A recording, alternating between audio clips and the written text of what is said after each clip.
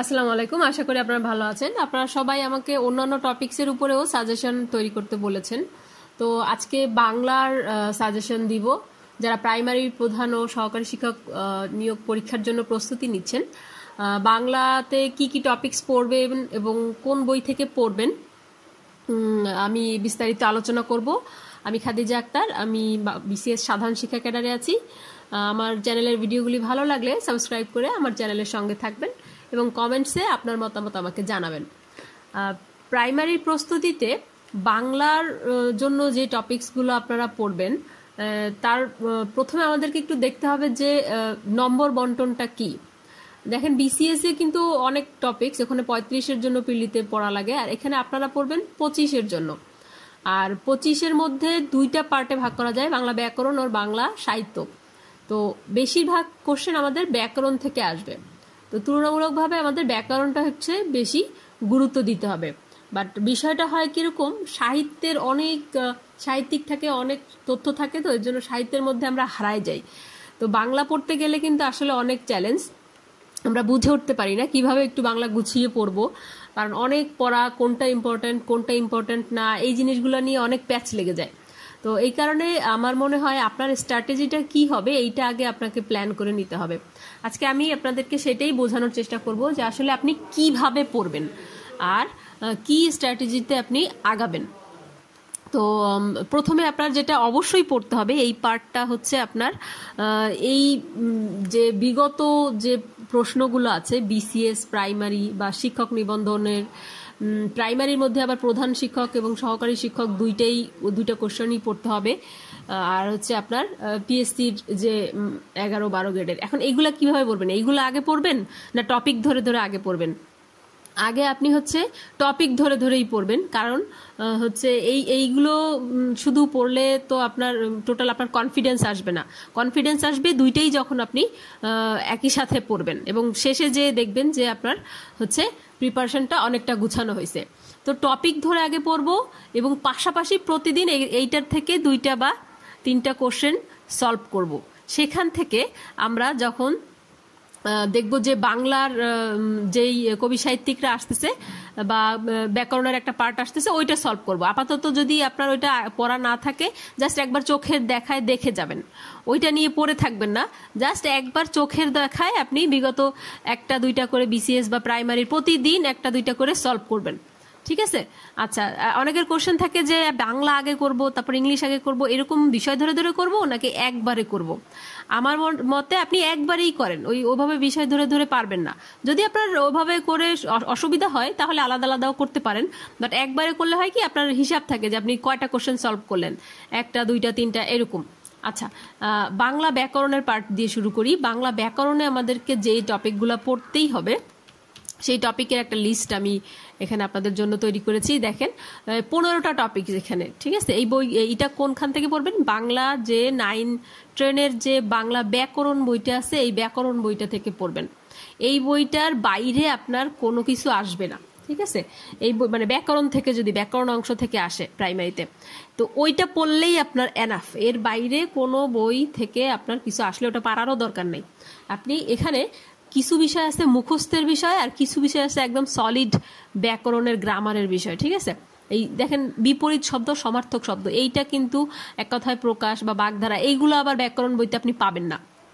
তাহলে এইগুলো কোথা থেকে পড়বেন? এইগুলা পড়বেন হচ্ছে অগ্রদূতের একটা বাংলা গাইড বই আছে। দেখেন, অগ্রদূত বাংলা, মফিজুল ইসলাম মিলনের একটা হচ্ছে গাইড বই আছে। ঠিক আছে? এই বইটা হচ্ছে আপনি আপনার জন্য বেস্ট হবে, প্রিপারেশনের জন্য বেস্ট হবে। অনেকে আবার শুধু গাইড বই থেকে পড়তে চায়, যে প্রাইমারির একটা গাইড বই কিনলেন, ওইখান থেকে পড়লেন, কিন্তু আসলে ওইখান থেকে কিন্তু আপনি প্র্যাকটিস করতে পারবেন না। শেষে যে যখন আপনার একটু প্র্যাকটিস বেশি করার প্রয়োজন পড়বে, তখন আপনি পাশে বই পাবেন না, বা হঠাৎ যদি একটা অন্য তথ্যের প্রয়োজন হয় আপনি পাবেন না। আর পরীক্ষা তো আপনি এই কেবল প্রস্তুতি নেওয়া শুরু করছেন, 1-2টা দিবেন না, তাই না? বিভিন্ন জায়গায় চাকরির যতদিন না হবে আপনি পরীক্ষা দিতে থাকবেন। অতএব এই বইটা খুব ভালো, এই বইটা কিনে কাছে রাখেন। তাহলে গ্রামার বই আর এই অগ্রদূতের বাংলা বই, এই দেখেন 15টা টপিকস থেকে যদি একটা করে কোশ্চেনও আসে তাইলে 15টা কোশ্চেন হয়। কিন্তু আমি তো আর কোশ্চেন তৈরি করব না, তাই না? কোশ্চেন তৈরি করবে পিএসসি স্ট্যান্ডার্ড কোশ্চেন তৈরি করলে এভাবে করে মানে বিভিন্ন চ্যাপ্টার থেকে বা টপিক থেকেই আলাদা আলাদা করে কোশ্চেন তৈরি করে। আপনাকে এখানে হচ্ছে কিছু টপিক থেকে কোশ্চেন নাও করতে পারে, বাট এই টপিকগুলো আপনি অবশ্যই কভার করে যাবেন। এর বাইরেও কিন্তু অনেক টপিক আছে, বাট সেগুলো যদি প্রিভিয়াস ইয়ার কোশ্চেন পড়তে গেলে আসে সামনে জব সলিউশন থেকে, তখন আপনি ওইটা জাস্ট ওইটার ব্যাখ্যাটা সহ ওইটা সলভ করবেন, আলাদা আর কিছু পড়ার দরকার নেই। কারণ আপনি যদি ওইটা নিয়ে আবার মাথা ঘামান, ওইটা নিয়ে পড়ে থাকেন, তাহলে কিন্তু আপনি ট্র্যাক থেকে সরে যাবেন। তো এই টপিকগুলো আপনাকে গুরুত্ব দিয়ে পড়তে হবে। কোন কোন বই থেকে? আপনার গ্রামার বই থেকে নবম দশম শ্রেণীর, এবং হচ্ছে বাকি যেগুলো থাকবে না, বিপরীত শব্দ, সমার্থক শব্দ, বানান শুদ্ধি, বাক্য শুদ্ধি, এগুলো হচ্ছে অগ্রদূত বাংলা বই থেকে। আচ্ছা, বাংলা সাহিত্যের যে পার্টটা, এই পার্টটাতেই হচ্ছে সবচাইতে বেশি চ্যালেঞ্জ থাকে। বাংলা সাহিত্যে অনেকগুলো হচ্ছে কবি সাহিত্যিক প্লাস হচ্ছে অনেক তথ্য। তো এইখানে আপনি যেভাবে শুরু করবেন, প্রাচীন যুগ দিয়ে প্রথমে শুরু করবেন। প্রাচীন যুগ ওই অগ্রদূত বইতেই আছে, চর্যাপদের প্রথমের একটু ব্যাখ্যা, আর তারপর হচ্ছে প্র্যাকটিস।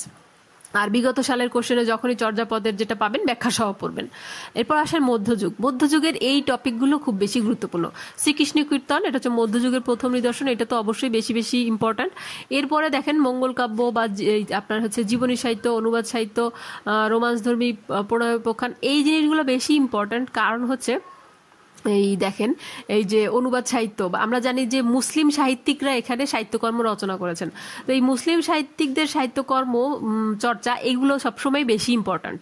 এই কারণে এই টপিকসগুলো ওই অগ্রদূত বই থেকে এই টপিকসগুলো একবার পড়বেন, কভার করবেন, ঠিক আছে? আচ্ছা, এরপরে হচ্ছে আধুনিক যুগে যে কবি সাহিত্যিকগুলোর হচ্ছে খুবই গুরুত্বপূর্ণ, সেই কবি সাহিত্যিকদের হচ্ছে জন্ম মৃত্যু সাল সহ আপনি একদম এইগুলো তাদের বিখ্যাত যত আছে অগ্রদূত বই থেকে পড়বেন। রবীন্দ্রনাথ ঠাকুর, কাজী নজরুল ইসলাম, মাইকেল মধুসূদন দত্ত, আমরা জানি এনারা হচ্ছে বেশি বেশি ইম্পর্ট্যান্ট, ঠিক আছে? এছাড়াও কিন্তু আরো অনেক আছে। দেখেন, আমি যেমন আপনাকে কিন্তু ডক্টর নীলিমা ইব্রাহিম বলি নাই, বা আরো অনেক সাহিত্যকর্মের নাম, সাহিত্যিকদের নাম মানে বলি নাই। ওনারা কি গুরুত্বপূর্ণ না? দেখেন, আপনি যখন প্রিভিয়াস ইয়ার সলভও করছেন একই সাথে সাথে, তখন কিন্তু আপনি আরো অনেক সাহিত্যিকদের সাহিত্যকর্ম পাচ্ছেন। তো ওইটাও কিন্তু আপনাকে ব্যাখ্যা সহ পড়তে হবে। বাট আপনি যখন একবার প্রিপারেশন নিচ্ছেন, আপনার প্রিপারেশনটা গুছানোর জন্য যে আমি এই সাহিত্যিকদের সাহিত্যকর্মগুলো ডিটেইলসে পড়বো, আর এর বাদে যারা আছেন তাদের হচ্ছে যেটা প্রিভিয়াস ইয়ারে আসছে বা পড়তে গেলে আমার সামনে বাঁচছে, আমি সেইটা পড়বো। এইটুকু যদি আপনার মাইন্ডসেট মানে স্ট্রিক্ট থাকে, দৃঢ় থাকেন আপনি, তাহলে কিন্তু আপনি পাজলড হয়ে যাবেন না। কারণ এখানে বইতে অনেক সাহিত্যিকদের ডিটেইলস আছে, ঠিক আছে? তো এই কারণে আমি যে এখানে 12 জন আছেন, 12 জন সাহিত্যিকদের আপনার হচ্ছে একটু ডিটেইলসে পড়তে হবে।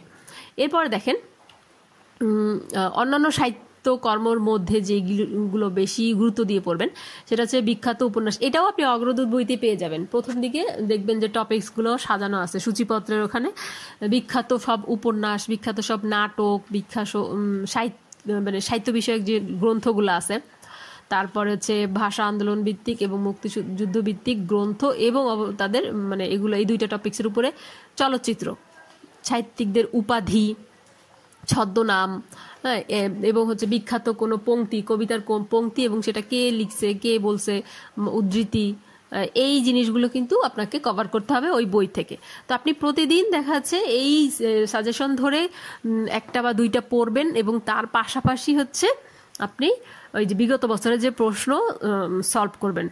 এখন কথা হচ্ছে যে এর পরেও আমরা কিন্তু বাংলা যখন পড়তে যাই, বাংলা পড়তে গেলে আমাদের অনেক ধরনের সমস্যা তৈরি হয়। যেমন আমি নিজেও এই সমস্যাগুলো ফেস করছি, যে বাংলাতে দেখা যাচ্ছে আমি ভুলে যাই, অনেক সাহিত্যকর্ম আছে এত মনে রাখা যায় না, বিগত সালের গুলো পড়তে গেলেও এত ইম্পর্ট্যান্ট, মানে সবই ইম্পর্ট্যান্ট এরকম আসে।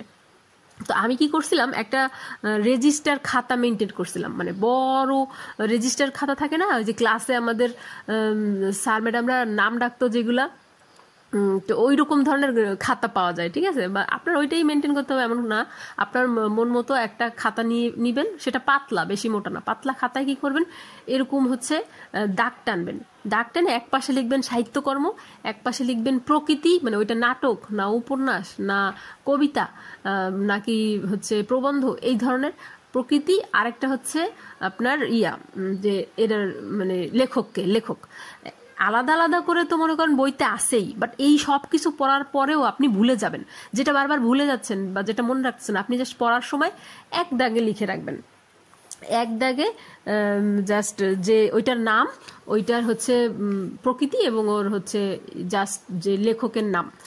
এইভাবে করে আপনি লিখতে লিখতে দেখবেন যে পরীক্ষার আগের সময় যখন রিভিশন দিবেন, আপনার ওইটা থেকে আপনি রিভিশন দেবেন, হয়তো বা ওইটা 8, 9, 10 পাতা হতে পারে, তার বেশি হবে না, এতটুকুই হবে। তাহলে হবে আপনার প্রিপারেশনটা গুছানো হবে। ওই জব সলিউশন থেকেই যখন যেটা পড়তেছেন ওইখান থেকে একটা দুইটা লিখে রাখলেন, আর ব্যাখ্যা তো পারবেন। এত লিখে পারা যায় না, বাংলায় এত টপিকস থাকে, এত লিখে পারা যায় না। তো গ্রামারে বেশি গুরুত্ব দিবেন। ছোটবেলা থেকেই আমরা কিন্তু গ্রামার পড়ে আসতেছি, আর সাহিত্যকর্মগুলো আসলে ভুলে যাওয়ার মতোই। আমাকেও যদি এখন আপনি জিজ্ঞেস করেন, আমি কিন্তু পারবো না, বাট পড়তেছেন আপনারা পারবেন। পড়তে হবে অনেক, মানে কি বলবো, খুব কষ্ট করতে হবে, আসলে পাগলের মতো পড়তে হবে। আর আপনি তো সারা জীবন পড়বেন না, তাই না? এই আগামী 3 মাস পরীক্ষার আগ পর্যন্ত একটু বেশি কষ্ট করে পড়বেন। হ্যাঁ, মানে আপনার 100% আপনি যতটুকু পারেন আপনার শরীরে কষ্ট দিয়ে আপনাকে চেষ্টা করতে হবে এই জিনিসগুলো আয়ত্তে আনার জন্য, মনে রাখার জন্য। আমি এগুলো সবই পড়ছিলাম, কিন্তু আপনি যদি আমাকে এখন প্রশ্ন দেন এবং সলভ করতে বলেন, আমি কিন্তু খুব কমই পারবো। তো যখন পড়েন, আপনারা পড়াশোনা করেন, আস্তে আস্তে কিন্তু এটার সাথে আপনি ইউজড টু হয়ে যান। তো আশা করি আপনারা ভালো একটা প্রিপারেশন নিতে পারবেন। বাংলা এবং ইংলিশ এই দুইটা টপিক্সেই কিন্তু 50%-এর বেশি মার্কস। এইখানে অবশ্যই আপনাকে অনেক ভালো করতে হবে। হ্যাঁ, আপনি হচ্ছে চেষ্টা করে যান, ইনশাল্লাহ পারবেন। তো ধন্যবাদ সবাইকে, ভালো থাকবেন, আল্লাহ হাফেজ।